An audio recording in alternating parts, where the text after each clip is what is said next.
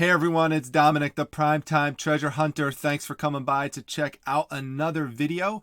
This is one of my quick tip videos. I want to share with you something that is pretty important. It has to do with what I believe is the number one reason why you could find yourself suspended from eBay, either temporarily or permanently, such that you can never buy or sell on the platform again. And this has to do with taking a transaction that started out on eBay and trying to move it off of eBay to avoid paying any kind of fees. And this could be something that could be initiated by buyers. It also can be initiated by sellers. I'm going to share with you an example, but keep in mind there's many different ways in which this situation can manifest, but you have to be aware of the policy so that if someone tries to get you involved with violating it, you don't get caught up in it and wind up losing your selling privileges. So let me show you the policy first. This has to do with, again, trying to buy or sell outside of eBay. Here's the actual policy. I'm going to scroll down here and let me just read you this section here, okay? It says, when a transaction that started out on eBay and is completed outside of the eBay platform, the buyer and seller are no longer covered by an eBay protection program and the eBay money back guarantee. As such, contacting another eBay to discuss moving a purchase off eBay creates, and this is important, a risk of fraud. Fraud is a very important word. You do not want to be involved in any type of fraud. It has legal implications, all sorts of things. You want to stay away from fraud as much as possible and is not permitted. Then they refer you to the full policy guidelines. But let me scroll down a little bit more. And this sentence is real important as well. Buyers and sellers aren't allowed to share or request direct contact information prior to completing a sale. So if you're selling on eBay locally, okay, so you have a local pickup situation set up for like a really big item. Someone contacts you and tells you they want to come by and look at it, and they want your contact information, and you share it with them. You give them your address, you give them your phone number, you have them come over, and you did not make the sale yet, you are going to likely get suspended from eBay. Just go look at the many YouTube videos that are out there from eBay sellers that say they were suspended for this exact issue. This has happened many times before. You don't want to get caught up in it. It's going to be a huge waste of your time. This has never happened to me, but I know that this type of thing has happened to others. And if you're brand new, you definitely want to avoid this. This is an easy mistake to make. You might think, oh, what's the big deal? Person's coming over. They're just going to check out the couch or they're going to check out the TV, and then we'll make the transaction on eBay. But eBay doesn't want that to happen because they don't know once you exchange that information, person comes over, you may make that sale or some other sales that you were going to put up on eBay off of eBay, and they are losing the money from that, and they don't want any type of appearance of that situation to occur. So you don't want to do anything that's going to make it look like that's what's going down. So you make the transaction first, you make the sale, then you exchange the contact information. The person comes over, looks at the item. Now, worst case scenario, they don't want it, they don't want to buy it. Then you go through the refund process with them. But don't exchange that contact information first before the sale. So it also says they also can't use information they've obtained on eBay to contact each other to buy or sell off of eBay.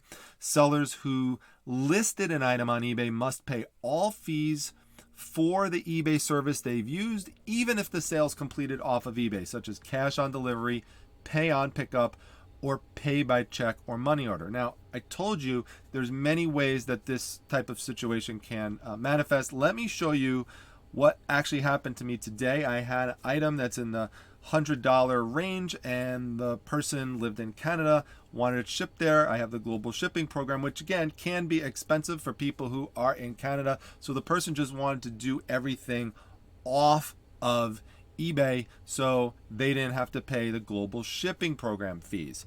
Well, the person was at least smart enough not to type out a message to me and send that through the email messaging system on eBay, because for those of you who don't know, eBay has automated bots that scan through every single email that gets sent, and it's designed to look at certain buzzwords, so or buzz phrases. So for example, if they catch somebody saying off of eBay or outside of eBay, or here's my email address, here's my home address, here's my phone number, give me a call, all this type of stuff is going to be red flagged, and then an eBay representative is going to review it, and then they're going to make a decision on what to do in your case. Again, depending on how flagrant the violation is. Is it a first-time offense, a second-time offense?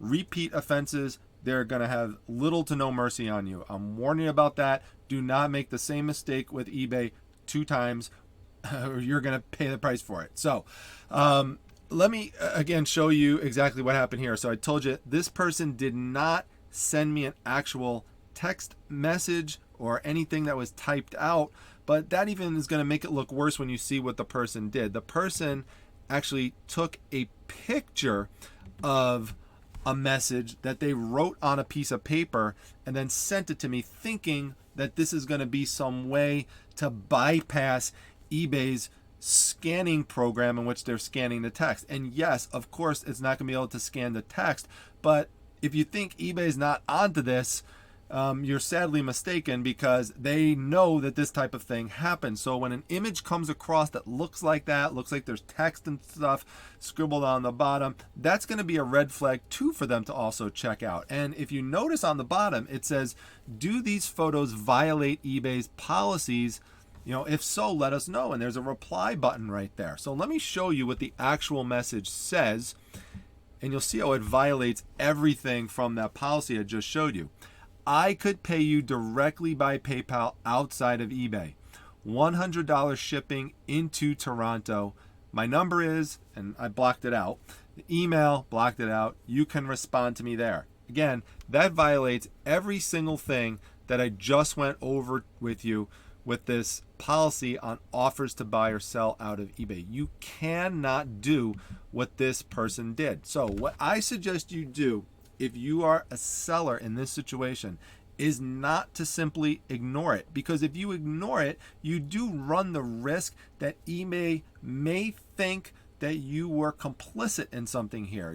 Remember when you first got that message, it did say on the bottom, is this something that violated policies and should you report it? So not only do I suggest reporting it, which you could see, this is the screen you'll see if you report it, which I did.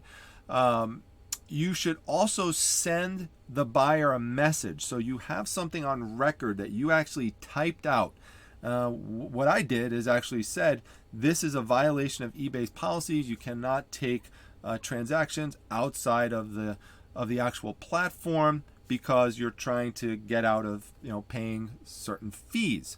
And then I told the person, you can actually get suspended from eBay for doing this type of thing. So it's important to document that, because then when eBay goes and they review cases like this, they see that you are someone who's complying with policies, and that's very, very important to them. That's going to give you much more credibility in the future when you interact with eBay representatives. If you need a favor, if you need them to side with you over a buyer and it looks like a 50-50 situation, well, if you have some type of equity built up with eBay through your feedback and through your reputation and through documentation that shows you're someone who complies with policy, you're not someone who goes to break policy, that's going to go a long way. So that's how I would suggest handling that. Do not get caught up in these situations where you're trying to save a few bucks here or there. Like, don't also be the person who tries to initiate something like this thinking you could get around it. I post a lot of articles in my Facebook group, the Facebook Reselling Resource Center, about people who are getting caught every day trying to commit some type of scam that they think is going to save them money or make them more money through these online e-commerce forums. And so many of them get caught, and it's just not worth it. It's not worth it just to save a few bucks. So if you found that this information was helpful, please make sure that you hit the like button on the channel, give it a big thumbs up, pass it on to somebody else who you think would find it helpful as well. Make sure you subscribe to the channel. Like I said, come to the Facebook Reselling Resource Center. Link is down in the description, as well as a link to my Instagram channel. I put unique content on there that's not here on this channel. That includes video content, pictures, images, all sorts of stuff. So come over there, take a look. I put up a be on the lookout item today, a video clip there, so you might find that interesting. And you also might find interesting that I did a guest appearance tonight on Courtney Hayes' channel here at Bolo Buddy, so you could see the show right over here. We went over be on the lookout items. It was a lot of fun, interacted with the audience. Maybe you were there and were part of the chat. It was a good time. So, but if you didn't go check it out, please go check it out. And I'm actually doing this video right here after that one. So I'm at one of my late night videos, which is why I might look a little tired. It's almost 1 o'clock in the morning. I still have stuff I have to ship, and I've got to be up and at work at 8 a.m. So I've still got a bunch of things to do. So I'm going to sign off here, and I will see you all back at the next video, everybody. Take care.